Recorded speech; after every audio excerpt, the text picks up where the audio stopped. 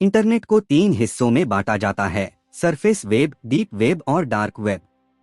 Surface web वह हिस्सा है जिसे आम लोग इस्तेमाल करते हैं, जैसे गूगल, फेसबुक और विकिपीडिया। डीप वेब वह हिस्सा है जो सर्च इंजनों से छिपा होता है, जैसे बैंकिंग वेबसाइट्स, प्राइवेट डाटाबेस और medical records. Dark web internet का वह हिस्सा है जिसे सिर्फ खास सॉफ्टवेयर जैसे कि tor ब्राउजर या I2P के जरिए एक्सेस किया जा सकता है। डार्क वेब एक ऐसी जगह है जो आम यूजर्स के लिए खुली नहीं होती। यहाँ गुमनामी, एनोनिमिटी बहुत ज्यादा होती है, इसलिए इसे गोपनीयता, प्राइवेसी की रक्षा करने वाला भी कहा जाता है, और अवैध गतिविधियों, इलीगल एक्टिविटीज का अड्डा भी। डार्क वेब पर लोग ड्रग्स, हथियार, हैकिंग सर्विसेज और नकली दस्तावेज बेचने का काम करते हैं। यहाँ तक कि कुछ लोग हत्यारे, हिटमैन को किराए पर लेने का दावा भी करते हैं, लेकिन इनमें से ज्यादातर स्कैम, धोखाधड़ी होते हैं। कुछ फोरम और वेबसाइट्स हैकिंग की ट्रेनिंग भी देती हैं। डार्क वेब का एक हिस्सा विसल ब्लोअर्स के लिए भी होता है, जहां लोग बिना अपनी पहचान बताए भ्रष्टाचार और सरकारों के गुप्त राज उजागर कर सकते हैं। पत्रकार, जर्नलिस्ट्स और राजनीतिक कार्यकर्ता, पॉलिटिकल एक्टिविस्ट्स भी सेंसरशिप से बचने के लिए इसका इस्तेमाल करते हैं। Dark web tor, the onion router browser पर चलता है, जो कई परतों में एन्क्रिप्शन का उपयोग करता है ताकि यूजर की लोकेशन और पहचान छुपी रहे।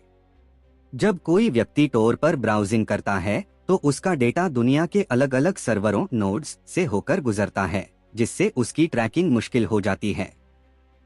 हालांकि सरकार और कानून प्रवर्तन एजेंसियां, लॉ एनफोर्समेंट एजेंसीज, अब भी कुछ अवैध गतिविधियों को ट्रेस कर सकती हैं। डार्क वेब पर कई ब्लैक मार्केट्स, काले बाजार हैं, जहां ड्रग्स और अवैध सामान बेचा जाता है। सिल्क रोड एक प्रसिद्ध अवैध मार्केट थी, जिसे FBI ने 2013 में बंद कर दिया, और इसके मालिक रॉस अल्ब्रेक्ट को आजीवन कारावास, लाइफ इम्प्रिजनमेंट की सजा हुई। इसी तरह प्लेपेन और अल्फाबे जैसी साइट्स भी FBI के ऑपरेशन का शिकार हुई। डार्क वेब पर चाइल्ड एक्सप्लॉयटेशन, बच्चों का शोषण और मानव तस्करी, ह्यूमन ट्रैफिकिंग जैसी घिनौनी गतिविधियां भी होती हैं, जो इसे एक खतरनाक जगह बना देती हैं। लेकिन डार्क वेब सिर्फ बुरे कामों के लिए नहीं है। यह पत्रकारों और व्हिसल ब्लोअर्स के लिए प्लेटफॉर्म हैं, जहां वे बिना किसी सेंसरशिप के सच्चाई उजागर कर सकते हैं।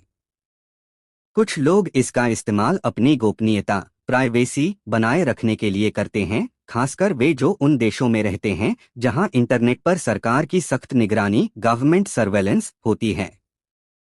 डार्क वेब का एक और सकारात्मक पहलू एन्क्रिप्टेड मैसेजिंग और गुप्त सोशल मीडिया प्लेटफॉर्म हैं, जहां लोग सरकारी निगरानी से बचकर बातचीत कर सकते हैं। अगर कोई डार्क वेब एक्सप्लोर करना चाहता है तो सावधानी बरतना बहुत जरूरी है। tor ब्राउजर का सही उपयोग आना चाहिए, VPN वर्चुअल प्राइवेट नेटवर्क का इस्तेमाल करना चाहिए, और किसी भी साइट पर अपनी व्यक्तिगत जानकारी साझा नहीं करनी चाहिए। कई वेबसाइट्स मैलवेयर और फिशिंग स्कैम्स चलाती हैं, इसलिए हर लिंक पर क्लिक करना खतरनाक हो सकता है। साथ ही जावास्क्रिप्ट को डिसेबल करना चाहिए ताकि ट्रैकिंग और हैकिंग का खतरा कम हो जाए। डार्क वेब पर सरकारी एजेंसियां भी नजर रखती हैं। हर अवैध काम जो वहां हो रहा होता है, वह पूरी तरह से अनोनिमस नहीं होता। कई हैकिंग और ड्रग डीलिंग वेबसाइट्स सरकार के अंडरकवर ऑपरेशन में उजागर हो चुकी हैं। FBI और साइबर सुरक्षा एजेंसियां नए तरीकों से डार्क वेब की निगरानी करती हैं और अवैध बाजारों को ट्रैक करती हैं। डार्क वेब एक रहस्यमय दुनिया है जो लोगों की जिज्ञासा, क्यूरियोसिटी को बढ़ाती है। कुछ लोग इसे आज़ादी, फ्रीडम और गोपनीयता का प्रतीक मानते हैं, जबकि अन्य इसे साइबर अपराधों और अवैध गतिविधियों का केंद्र मानते हैं। यह एक ऐसी दुनिया है जो कभी पूरी तरह से खत्म नहीं हो सकती, लेकिन हमेशा कानून प्रवर्तन एजेंसियों के निशाने पर रहेगी।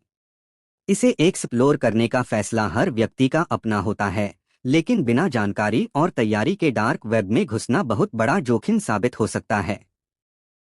एक आदमी, जिसका नाम जेम्स मान लेते हैं, सिर्फ मजे के लिए डार्क वेब ब्राउज कर रहा था।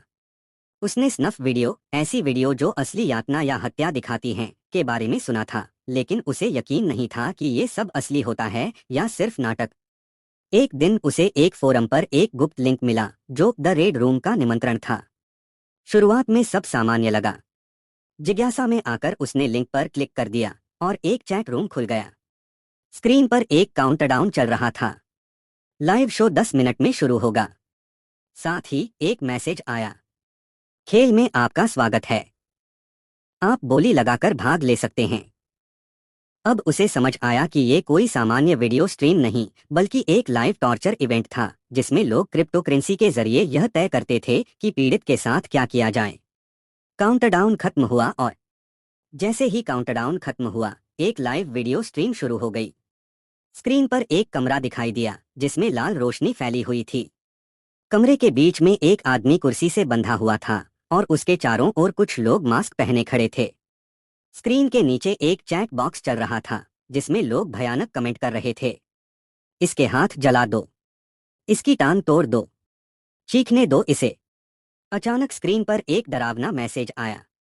जेम्स को समझ नहीं आ रहा था कि वह क्या करे। वह जल्दी से स्ट्रीम बंद करने की कोशिश करने लगा, लेकिन तभी स्क्रीन पर एक पॉपअप आया।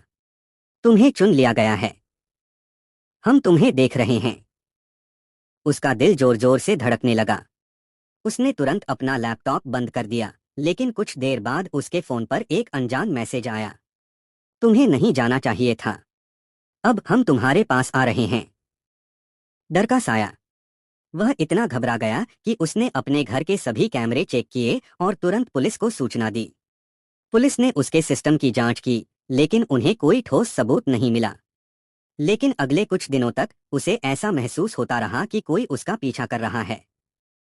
हर जगह उसे लगता था कि कोई उसे देख रहा है। उसकी जिंदगी बदल गई। इस घटना के बाद जेम्स ने अपना पूरा सिस्टम रीसेट कर दिया, वीपीएन का इस्तेमाल बंद कर दिया और डार्क वेब पर दोबारा कभी नहीं गया। लेकिन आज भी कभी कभी उसे ऐसा लगता है कि शायद वे लोग अब भी उसे देख रहे हैं। अगर आपको वीडियो पसंद आए तो हमारे चैनल को सब्सक्राइब, लाइक और शेयर करें।